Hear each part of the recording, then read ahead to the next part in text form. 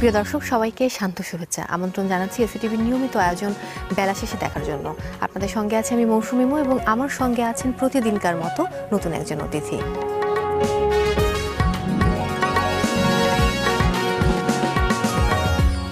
দর্শক, আজ আমার সঙ্গে আছেন অভিনেতা আশরাফুল আশিস। স্বাগত বেলা শেষের আয়োজনে। কেমন আছেন? খুবই ভালো আছি, আপনি কেমন আছেন? ভীষণ ভালো, এবং যখন গুণী মানুষদের সঙ্গে থাকি তখন আরেকটু বেশি ভালো থাকি। আজকেও আমি বেশ ভালো আছি। কোন বিষয় নিয়ে আগে কথা শুরু করব? আমার মনে হয় যে আমাদের হাউস থেকেই শুরু করি। তুমি আছো তাই, যেখানে আপনাকে অনেক দিন যাবত দর্শক পাচ্ছে, কারণ লম্বা একটা ধারাবাহিকে আপনি কাজ করছেন। একটি না, বাকিগুলোর প্রসঙ্গে আমরা পরে যাব। এই তুমি আছো তাই যে চরিত্রটি আপনি করছেন, এটা সম্পর্কে একটু জানবো। তুমি আছো তাই চরিত্রটি হচ্ছে পুরোপুরি একটা নেতিবাচক চরিত্র, পুরোপুরি নেতিবাচক চরিত্র। এবং যে মানুষটা মানে ও হচ্ছে প্রতি মুহূর্তেই অজগর সাপের মতো নিজের খোলস চেঞ্জ করে নিজের প্রয়োজন, যেখানে যেমনটা প্রয়োজন সেইখানে ঠিক তেমন আচরণটাই করছে। ও দেখা যায় যে কখনো কখনো ওর নিজের স্বার্থ সিদ্ধির জন্য প্রতিষ্ঠানের মালিকের হাতে পায়ে ধরতেও রাজি। আবার দেখা যায় ঠিক এতটাই ভয়ঙ্কর যে স্বার্থ সিদ্ধির পরে এমনভাবেই সে খুব ঠান্ডা মাথায় সমস্ত কাজগুলোই হচ্ছে খুব ঠান্ডা মাথায়। খুবই মজার চরিত্র। ধরেন যে দিনের আলোয় তাকে দেখে বোঝার মতো কোনো ক্ষমতা নেই যে এই মানুষটা খুব নেতিবাচক চরিত্রের মানুষ। তার আচরণ, কথাবার্তায়, তার চলাফেরায় কখনোই বোঝার মতো কোনো ধরনের কোনো সুযোগই নেই যে এই মানুষটা কোনো ধরনের বিন্দু মাত্র কোনো নেগেটিভ চিন্তা ভাবনা ধারণ করতে পারে, পোষণ করতে পারে, এরকম একটা চরিত্র। তার আশেপাশের যে মানুষগুলো তারা তার সম্পর্কে নেতিবাচক চিন্তা একেবারেই করতে পারবে না। প্রথম দিকে করতে পারে না, একটা পর্যায়ে গিয়ে মনেই করে যে নেতিবাচক, সেখান থেকে আবার সে বের হয়ে আসে, একটা সবার পজিটিভ মনোভাবটা নিয়ে নেয়।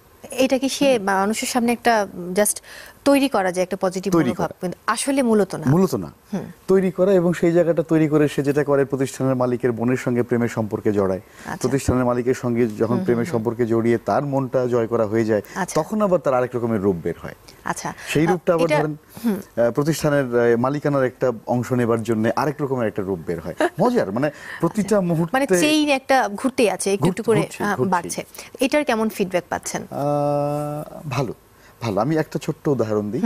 আমি ব্যক্তিগতভাবে জীবনে মোটরসাইকেল চালাই। তো আমাকে আপনাদের যে গুলশানেই পুলিশ প্লাজার সামনে একদিন এক সার্জেন্ট সিগন্যাল দিলেন। দাঁড়ালাম, দাঁড়িয়ে গল্পগুজব করছি। গল্পগুজব বলতে সে আমার পেপারস দেখছে, এই করছে সেই করছে, এর মধ্যে আমি হেলমেটটা খুলে দাঁড়িয়ে আছি। তো ওই সার্জেন্টদের যিনি প্রধান থাকেন, টিআই বলেন যাকে, উনি হুট করে এসে বলছেন যে কে মিস্টার ওয়ান্ডারফুল। মজাটা কেন বলছেন, কারণ আমার এই চরিত্রের মুদ্রা দুষ্টাই হচ্ছে কথায় কথায় ওয়ান্ডারফুল বলে। ও খুব খুশি হলেও ওয়ান্ডারফুল বলে, ও রেগে গেলেও ওয়ান্ডারফুল বলে, আবার ও খুব দুঃখ পেলেও ওয়ান্ডারফুল বলে। আচ্ছা, মানে এটা একটা কমন ডায়লগ। Common dialogue. চরিত্রটির নামটা একটু জানবো। চরিত্রটির নাম হচ্ছে মনসুর। আচ্ছা, এই যেহেতু এখানেও নেতিবাচক চরিত্র এবং আরো একটি ধারাবাহিক অন্য আরেকটি বেসরকারি টেলিভিশন চ্যানেলের, সেটা হচ্ছে সেই দিন সেই রাত, প্রিয় দিন প্রিয় রাত, দুঃখিত। তো সেখানেও আমরা আপনাকে নেতিবাচক চরিত্রেই দেখি। নেতিবাচক চরিত্র। তো এটার কি কোনো বিশেষ কারণ আছে, মানে নেতিবাচক চরিত্রগুলো রেগুলার প্লে করার? একটু তো বিশেষ কারণ আছেই। সেটা আসলে বিশেষ কারণ আছে, কারণ নেতিবাচক চরিত্রগুলো আমার খুব ভালো লাগে।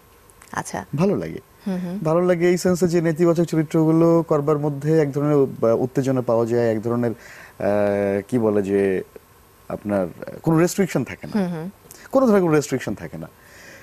একটু খেয়াল করে দেখেন যে পজিটিভ চরিত্রগুলোর মধ্যে অনেক রেস্ট্রিকশন থাকে। পজিটিভ চরিত্রটা এইভাবে লুক দিতে পারবে না, পজিটিভ চরিত্রটা এই কাজটা করা যায় না, ওই কাজটা করা যায় না। কিন্তু একটা নেগেটিভ চরিত্রের ক্ষেত্রে যেটা হয় যে ওর কোনো ধরনের কোনো রেস্ট্রিকশন থাকে না। লাইক প্রিয় দিন প্রিয় রাতে আমার এরকম একটা দৃশ্য করতে হয়েছে। লাভলু ভাই, শ্রদ্ধেয় লাভলু ভাই আমার গুরু মানুষ, তো লাভলু ভাই পরিচালক। তো এইরকম একটা দৃশ্য করতে হয়েছে যে আমার স্ত্রীকে আমি রাতে ওর গলায় পাড়া দিয়ে দাঁড়িয়ে আছি। আচ্ছা, তো একটাবার খেয়াল করে দেখেন যে ওই নাটকের কোনো পজিটিভ চরিত্রের ক্ষেত্রে এটা সম্ভব? একেবারেই সম্ভব না। তো এই চরিত্রটা করতে গিয়ে আমাদের খুব ভয়ও পেয়েছিলাম আমরা, যে এই মানুষটা সারাদিন মানে দিনের আলোয় সে খুব ভালো মানুষ, খুব, ইভেন সমাজ জানছে সে খুব ভালো মানুষ, তার আত্মীয় স্বজন, তার বাবা মা শ্বশুর শাশুড়ি সবাই জানছে সে খুব পরিচিত পরিজন সবাই জানছে সে খুব ভালো মানুষ। তার চলাফেরাটা ওরকম।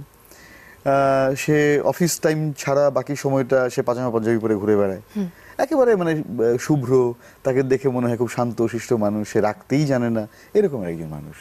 তার চেহারাটা বদলানো শুরু হয় সন্ধ্যার পর থেকে। এটার কি কোনো বিশেষ কারণ, মানে সন্ধ্যার পরে সে কেন পরিবর্তন হয়? কারণ হচ্ছে সে ভয়াবহ রকম অ্যালকোহল অ্যাডিক্টেড। আচ্ছা, এটাই আমি জানতে চাচ্ছিলাম। ভয়াবহ রকমের সন্ধ্যার পর থেকেই সে হচ্ছে বোতল নিয়ে বসে যায়।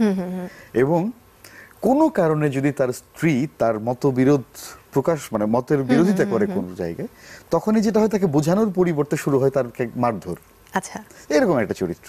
তো একটা পর্যায়ে যেটা হয়, তার যে মেয়েটাকে বিয়ে করে সেই মেয়েটার আরেকটা জায়গায় প্রেম ছিল আগে, এটা সে জানতো এবং সে বলেছে এটা কোনো ব্যাপার না, এই এরকমের ওকে, বিষয় সবকিছু এখনকার ঠিক দিনে হয়ে যাবে। হয়েই থাকে। বিয়ের পরে সেটাই হয় মূল ক্রাইসিস, সেটাই মূল ক্রাইসিস। মানে মেয়েটার বয়ফ্রেন্ড কি ব্যাক করে এরকম কিছু? এই মানুষটাকে প্রতি মুহূর্তে নক করতে থাকে। আচ্ছা, ওকে। যে ওর তো আগে একটা প্রেম ছিল, ওর তো আগে একটা প্রেম ছিল, তার মানে ও পুরোপুরি আমার না, এইরকমের এক ধরনের একটা মেন্টাল প্রেসারেও ভুগতে থাকে। এরপরে যেটা হয় যে বউকে এই মারধর শুরু হয়। তো একটা সময় দেখা হয় যে বউকে নিয়ে আমি যখন শপিং করতে যাই, তখন ওই বয়ফ্রেন্ডের সঙ্গে বউর দেখা হয়ে যায়। আচ্ছা, এটা কি আপনি বলতে আপনার যে চরিত্র সে জানতো যেটাই বউয়ের বয়ফ্রেন্ড? হ্যাঁ, যখন দেখা হয়ে যায় ওই দিনটা হচ্ছে ভয়াবহ রকমের মারধর শুরু হয়ে যায়। তার মানে এটা তোদের প্রি প্ল্যান। মজার চরিত্র, খুবই মজার চরিত্র। মানে আবার দিনের বেলা পরের দিন সকালে সে বউকে খুব আদর যত্ন করছে, গিফট এনে দিচ্ছে বউকে, আদর করে খাইয়ে দিচ্ছে, এই রকমের একটা মানুষ। মানে যাকে আমরা বলবো যে বর্তমানে আমি মনে করি যে এই ধরনের মানুষগুলোই সমাজের সবচেয়ে ভয়াবহ শত্রু। একেবারেই তাই। আমরা এই প্রসঙ্গেই ফিরবো, ছোট একটা বিরতি নিয়ে। দর্শক, সময় হলো বেলা শেষের আয়োজনের একটি বিরতি নেবার। ফিরছি এক্ষুনি, ততক্ষণ সঙ্গেই থাকুন।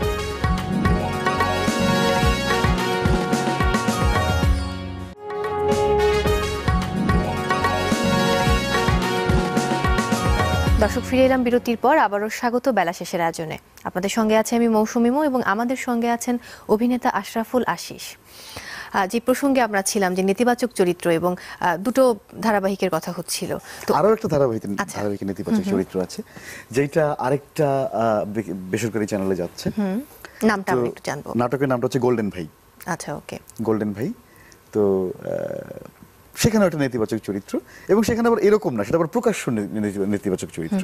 সমাজ জানে যে এই মানুষটা হচ্ছে কিলার। এত নেতিবাচক চরিত্রে আপনি অভিনয় করছেন যে বাইরে আপনাকে মানুষ একরকম দেখছে, ভেতরটাতে আরেক রকম আপনার পরিবারের মানুষ দেখছে আপনার চরিত্রগুলোর ক্ষেত্রে।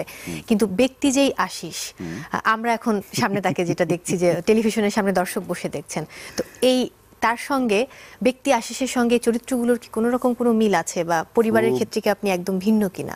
কঠিন প্রশ্ন খুব। আমি আমার স্ত্রীর ফোন নম্বর আপনাকে দিয়ে যাবো না, আপনি একটা সময় থেকে ফোন করে জিজ্ঞেস করে জেনে নিন যে এই মানুষটা কেমন।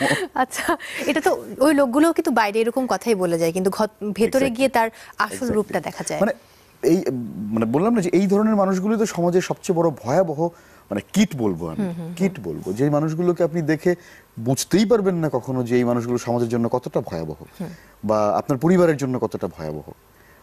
দেখেন, আমি সবসময় কিছু বিষয় বলি যে এটা আমি ব্যক্তিগতভাবে ধারণ করি। আমি কিছু বিষয়, সেটা হচ্ছে যে আমার যদি মনে হয় যে, যেমন আমি আমার পরিচিত বন্ধু বান্ধবদেরকেও বলি, মেয়ে বন্ধুদেরকেও বলি যে তুমি একটা বিষয় খেয়াল করো, যে তুমি যে রকমের মানুষ, হুবহু এরকম মানুষ দিয়ে কি তুমি তোমার ভাইকে বিয়ে করাবে?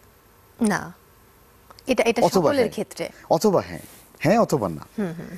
যদি তুমি না করাও, তার মানে তোমার লাইফে যে নেগেটিভ দিকগুলো আছে এগুলো তোমার লাইফে প্রবলেম হবে। ওই মেয়েটাকে যদি থাকে, তাহলে তোমার যে এই প্রবলেমগুলো আছে সেটা আরেকটা পরিবারে গিয়ে প্রবলেম করবে।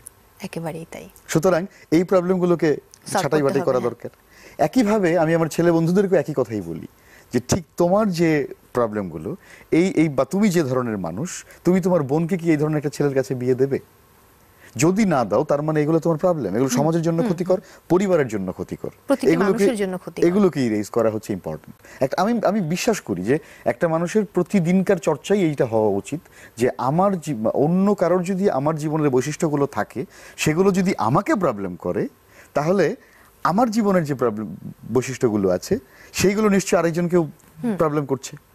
সো দ্যাট চেষ্টাটা করে যাই আমি প্রতিদিন, প্রতি মুহূর্তে ভালো থাকার। আমি বলবো না, আমি বলবো যে বিষয়গুলো আরেকজনকে প্রবলেম করছে সেইগুলো না করার, সেগুলো থেকে বিরত থাকা।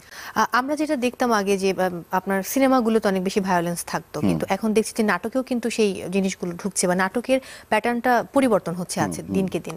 এই বিষয় সম্পর্কে আপনার অভিমত কি বা মতামত কি? পরিবর্তন সবসময়ের জন্যই ভালো, যদি সেটা পজিটিভ প্রভাব ফেলে বাট এখন জীবনে। যে পরিবর্তনটা আসছে একটু ভিন্ন আঙ্গিক হচ্ছে, একটু বেশি মানে ওই বলবো যে ডিজিটাল দুনিয়াতে যেটা হয় যে আমরা একটু ফেসবুক নির্ভর হয়ে গেছি বা ইউটিউব নির্ভর হয়ে গেছি, তো সবকিছু খুব সহজ হয়ে যাচ্ছে। মানে আগে যে বিষয়গুলো ছিল নাটকের ক্ষেত্রে সকলে মিলে বসে দেখার বা একটু ভিন্ন রকম, একটু হাই থটেড, ওই জায়গাগুলো কিন্তু এখন খুব নেই, একটু ক্যাজুয়াল হয়ে গেছে কেমন যেন। আমি একটা ছোট্ট উদাহরণ দিয়ে বলি আপনাকে। ধরেন যে আপনার এখন যে সময় বা আমার এখন যে সময়, আমরা দুইটা সময় দেখেছি। ছোটবেলায় ধরেন যে বড় ভাই বোনদের চিঠি আদান প্রদান করতাম, তাদের কাছ থেকে কমিশন নিতাম, খেতাম। তাদের ভেতরের যে অনুভূতিটা ছিল, এখনকার সময়ে ধরেন আপনি বা আপনার চাইতেও ছোট যারা, তাদের জায়গাটা চলে এসছে হচ্ছে হোয়াটসঅ্যাপ, ভাইবার, মেসেঞ্জার। অনুভূতির জায়গাটা কিন্তু অনেক কমে গেছে তুলনামূলক। কারণ আগে আমি তোমাকে ভালোবাসি এটা লিখতে হতো একটা কলম দিয়ে, একটা কাগজে লিখতে হতো। সেই লেখাটার মধ্যে যে অনুভূতিটুকু থাকতো, এখনকার লেখাটার মধ্যে সেই অনুভূতিটুকু নাই। কারণ ওই লেখাটাও এখন নাই, এখন চলে এসছে একটা ইমেজ বা ইমো, হ্যাঁ, একটা সাইন চলে এসছে। যদি আমি মানে আমি কি ওই জায়গাটা বোঝাতে পেরেছি যে অনুভূতির জায়গাটা কোথায় বাট আমি যদি ভায়োলেন্সের কথা ধরি যে সেই আগের সময়কার নাটক যখন আমি করছি, তো নাটকটা আমি কাদের জন্য করছি? নাটক হচ্ছে ড্রয়িং রুম মিডিয়া, যদি আমি ভুল না করে থাকি। নাটক হচ্ছে ড্রয়িং রুম মিডিয়া, যে আমরা পরিবারের সবাই পরিবারের মিলে দেখবে। সমস্ত মানুষজন মিলে আমি টেলিভিশনে ঘরে বসে নাটকটা দেখছি। এই বিষয়গুলো যদি মাথায় থাকে, একটু তো মানে কিছু বিষয় তৈরি হয়ে যায়। ধরেন কিছু কিছু সময় একটু বিব্রতকর সিচুয়েশনে পড়তেও হয়, কিছু ডায়লগের কারণেও পড়তে হয়, কিছু গল্পের কারণে পড়তে হয়, কিছু শটের কারণে পড়তে হয়। তো এই বিষয়গুলো একটু তো নেতিবাচক প্রভাব পড়েই, একটু পড়েই। তবে মানে সুখবর যেটা, যে এই নাটক ট্রিটমেন্টাল জায়গা থেকে অনেক বেশি রিচ হয়েছে, অনেক রিচ হয়েছে। এখন ধরেন ক্যামেরা ওয়ার্ক অনেক ভালো এখনকার সময়ে অ্যাক্টিং প্যাটার্ন অনেক ভালো। কিন্তু কোথায় গিয়ে যেন ওই যে বললাম না যে কলমে একটা gap লেখা রয়ে গেছে। যে আমি তোমাকে ভালোবাসি, আরেকটা ইমো পাঠিয়ে দেয়া ভালোবাসার সাইন দিয়ে, এই দুটোর মধ্যে অনেক অনেক পার্থক্য আছে।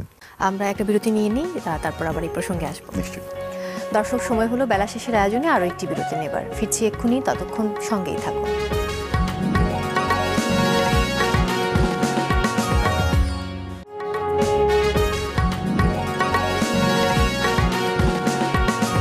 প্রিয় দর্শক, ফিরে এলাম বিরতির পর। আরও একবার স্বাগত বেলা শেষের আয়োজনে।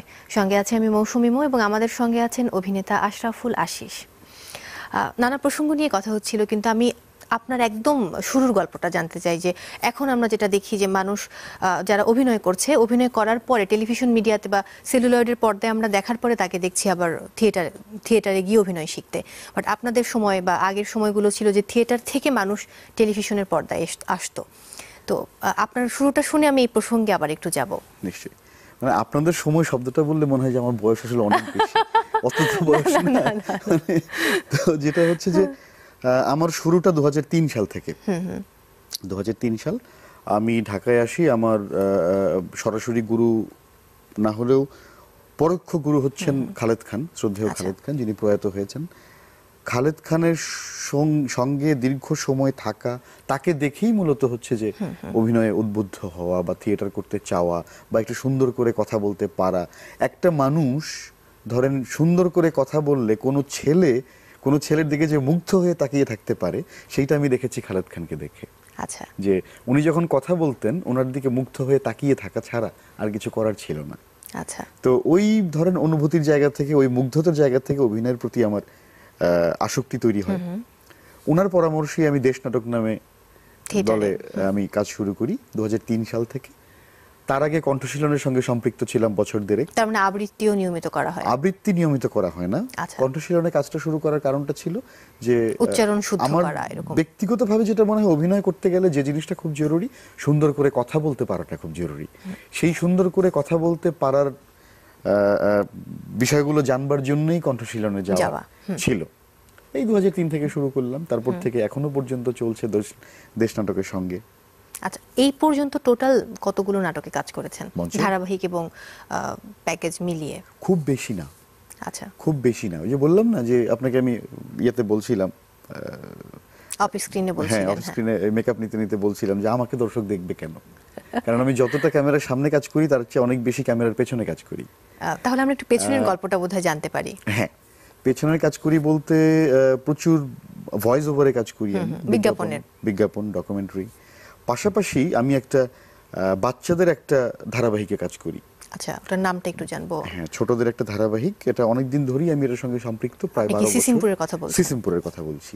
সিসিমপুরে কাজ করছি আমি, ওইখানে একটা লম্বা সময় কাজ করতে হয় বছরে প্রায় 5 মাসের মতো কাজ করতে হয়, এবং সেটা 5 days a week। আচ্ছা, 5 মাস কি একেবারে পুরো পর্বগুলো ওরা রেকর্ড করে রাখে এক আগে থেকে বছরের। এরকম? আচ্ছা, এক বছরের সব পর্বগুলো 5 বছর এই 5 মাসের মধ্যে রেকর্ড করে রাখে। তো ওই 5 মাস একদম কি বলে যে একদম ওখানেই সময় দিতে ওখানেই হচ্ছে, পুরোপুরি fixed। সময়টা দিতে হয়।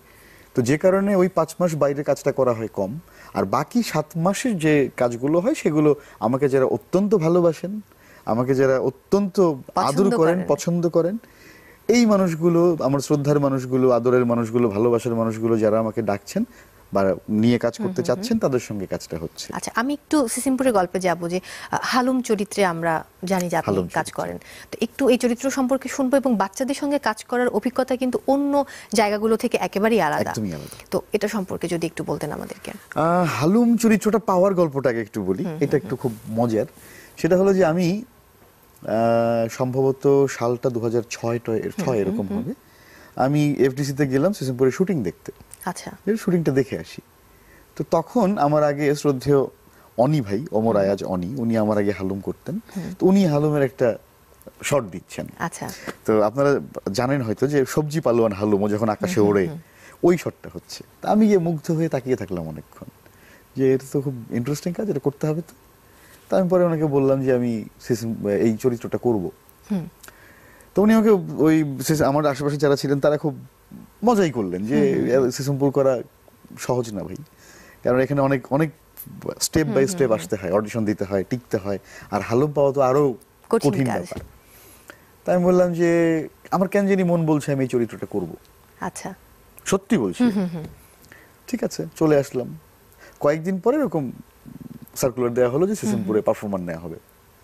তা আমি তো খুশিতে মোটামুটি আধখানা গেলাম, সিভি দিলাম, কাকতালীয় ভাবে আমার তারা ডাকলো। তো তারপরে জয়েন করলাম, কাজ করছি, হালুম তো করা হচ্ছে না। আচ্ছা, তখন কি চরিত্রে কাজ করতেন? তখন কিছু অক্সিলিয়ারি মাপেট থাকে, চরিত্র থাকে, সেগুলোতে কাজ করছি। তো এরপর একটা সুযোগ একটা সময় আসলো, আমার আগে যিনি হালুম করতেন উনি অন্যান্য কারণে চলে গেলেন। তখন একটা অডিশনের ব্যবস্থা করা হলো, এবং ভয়াবহ অভিজ্ঞতা। আচ্ছা, ভয়াবহ। আমরা একদমই শেষ পর্যায়ে ছোট্ট করে যদি অভিজ্ঞতার কথাটা একটু শুনতাম। তো ভয়াবহ অভিজ্ঞতা বলতে, যে হালুম করা মানে সেটা তো নর্মাল কোনো ভয়েস না, এবং হালুম যে চরিত্রটা করি, পোশাকটি পরে করা হয়, সেই পোশাকটিও এরকম সাধারণ পাতলা কোনো পোশাক না। হ্যাঁ, খুবই মোটা পুরো, এবং পুরো সেটা শীতের দিনেও সেই পারফরমেন্সটা, ক্যারেক্টারটা করতে গেলে 3টা টি-শার্ট চেঞ্জ করতে হয় সারা দিনে।